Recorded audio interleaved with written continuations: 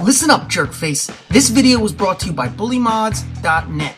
Modding tutorials, discussions, and releases. Now, unless you're a total phony, go and click on the links below. This is Jerry Rosenthal, voice of Jimmy Hopkins, and I approved this message.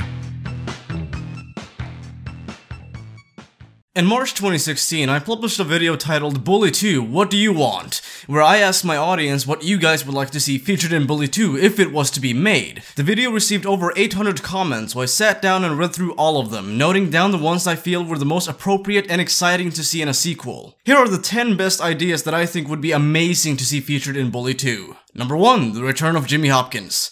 Jimmy was a fairly simple character, but also one that a lot of fans quickly grew to like. He may have had a face of a 40-year-old man who just took a bite out of a lemon, but he's one hell of a memorable main character either way. The one thing that I have seen fans ask for time and time again is the return of Jimmy Hopkins, and there is several ways that Rockstar could go about this. One of the most requested ways that Jimmy could make a return to the series would be as an adult. And this is where an idea that my friend Mick and I feel there's a lot of potential. Picture this if you will. The main protagonist, let's call him Ben, arrives at the academy 20 years after the events of the first Bully. Immediately he's faced with the cliquish behavior and constant bullying that takes place on campus. Ben eventually meets the one and only Jimmy Hopkins. Only this time Jimmy has aged significantly as 20 years have passed. Jimmy's now in his mid-30s and obviously has given up the thuggish life that Bullworth had given him at age 15. However, Jimmy does see a lot of potential for success in Ben, so he begins to tutor him in fighting, similar to the hobo behind the school in the first game. Over time, Jimmy not only acts as a fighting instructor, but also more as a mentor who guides the player through each click.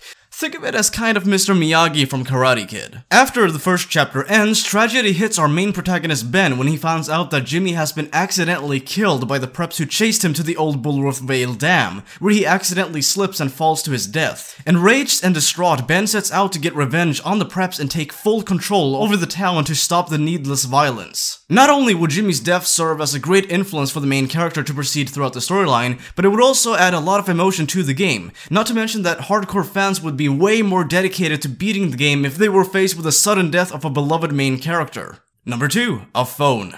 Ever since the release of GTA 4 and 5, people have been longing to see the phone feature make an appearance in Bully 2. Having a phone where you can quickly contact important main characters, manage dates with romantic interest, prank call your least favorite teachers, and customize it to suit your personality would be awesome. And let's face it, kids are more or less obsessed with using phones nowadays, much to the dismay of parents and teachers, which could make phone usage more interesting in a school environment. Let's say you want to play a prank on a fellow student. What you could do is break into their locker, take their phone, and change their ringtone to something really embarrassing. Put the phone back where you found it and then call it when the owner least expects it. Another thing you can do is use the phone as a means to alert your fellow clique members of trouble. If you suddenly find yourself getting attacked by greasers, and your standing with the preps is good, I think you should be able to bring up your phone, dial your fellow clique members, and let them know that shit is going down. Within minutes, a small army of preps would show up to the scene armed with cartons of eggs, and from there on they would help you in the fight. The phone could also serve as a great way to meet up with friends and hang out. Egg some houses, go to the carnival, head down to the skate park, go to the movies, and so on and so forth. There's a lot of potential for this one feature that I think could play a larger role in Bully 2 than any previous GTA game. Number 3. Online multiplayer. You probably knew that this one was coming, and I don't feel like I really need to explain this one, as the basic premise is such a common feature in modern day video games. I do, however, have a few ideas for various game modes that I would like to see featured. Number 1. Team Deathmatch. This would function as any other team deathmatch, but instead of just being divided up by the color of your name tag, you'll be able to select a clique. Preps versus greasers, nerds versus jocks, townies versus bullies, and so on. Number 2. Back to school.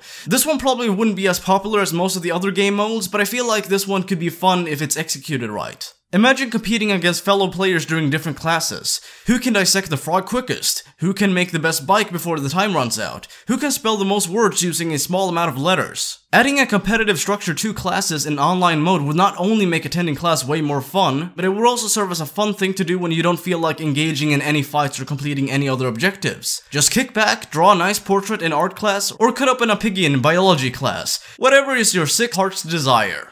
Number 3. Hide and seek. The school is full of places to hide, and so is most of the other interiors in the game. Having a game mode take place where one team has to hide from another and remain hidden for a set amount of time would serve as a nice way to engage in a competitive behavior without making violence necessary. Number 4, Carnival of Carnage. And yes, I know that that's a fucking ICP record, but just listen. Imagine facing off against your friends in a set amount of carnival games. The one who gets the most tickets wins and will be awarded with a nice novelty, be it a poster for their dorm room or a nice piece of comedic clothing. By the end of the day, you and your clique would be swaggering on home, all of you sporting "I'm with stupid" t-shirts. Number 5, Smash It Up.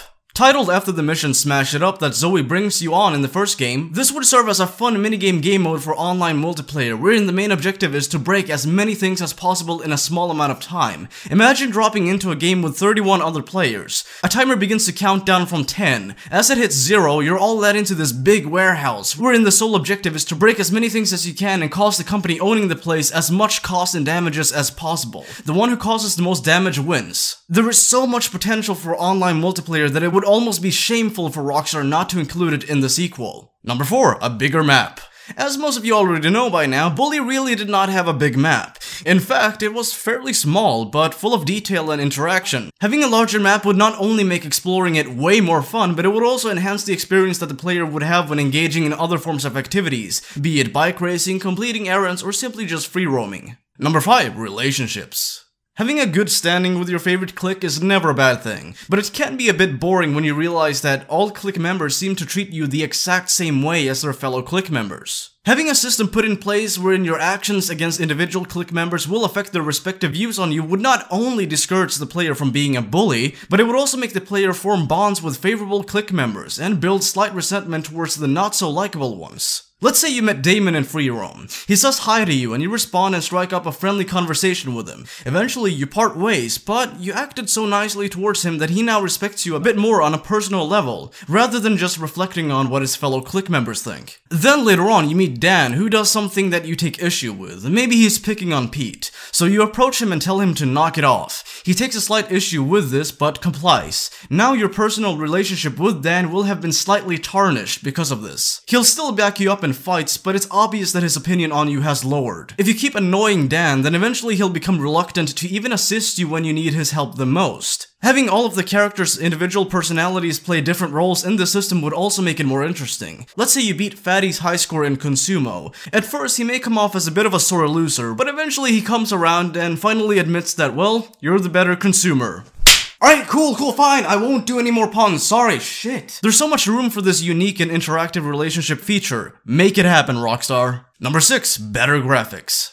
This one is pretty self-explanatory. Having the game look more up-to-date would not only make exploring more fun, but it would also prolong the game's relevance. It just makes sense for Rockstar to make the game look, well, good. Number 7, a better combat system. Fighting in Bully has always been a breeze. As long as you know the AI patterns, you're pretty much just able to take down foes in a great number without the fear of getting yourself knocked out. Having an AI that slowly picks up on your fighting and blocking pattern, now that would make for interesting battles. Not only would that prevent players from being able to spam the same attacks over and over again, but it would also make planning your fights crucial to beating missions. Instead of just going headfirst into any mission thinking, meh, maybe I'll pick up some firecrackers on the way, you would have to start gathering things before the big fight. Firecrackers, stink bombs, a full health bar, and maybe even a baseball bat. Because you would know by then that the AI in Bully does not fuck around. Hand-to-hand combat would not only be more challenging, but it would also be your last resort in a dangerous situation where you find yourself surrounded by individuals who want to take you down. Number 8, body stats. Instead of just having the player be able to chug down gallons of soda every day, Bully 2 could take a lesson out of the page of GTA San Andreas. Let's say you made it to chapter 4. This is now the chapter where you take on the jocks. And you know that these powerhouse gorillas are quick to anger and filled with testosterone. So, being a skinny, out-of-shape weakling would not exactly be ideal in a hand-to-hand combat situation. One sure way to increase your odds of victory in fights would be to hit the school gym and actively work out, maximizing your stats. Strength would make your punches do more damage. Stamina would allow you to sprint longer distances. Reflexes would make blocking quicker and more likely to actually block the punches that come your way. Being buff would also make bullies way less likely likely to pick on you. It would also make defending other students from bullies less likely to end with you having to fight the person doing all the bullying. But let's say you don't work out. Let's say you decide to live a life of leisure and fast food. Eventually you'd find yourself having trouble running far distances because of your weight gain. You become less agile, and eventually mean-spirited bullies will start teasing you for your lack of physical fitness. Fighting would be a bad idea, as you really wouldn't be that useful in a hand-to-hand combat situation, and similar to Sweet in GTA San Andreas, main characters would comment on your sudden massive gain in weight and advise you to actually start working out.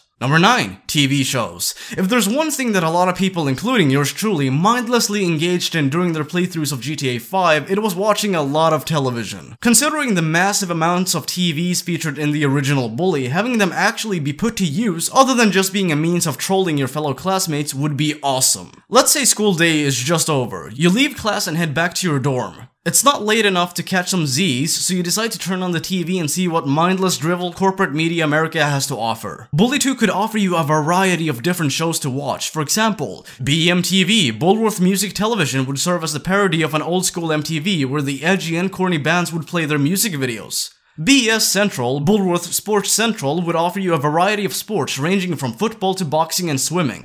Stop, Gary! Trying to watch this. Ah, swim team! Intellectual stuff.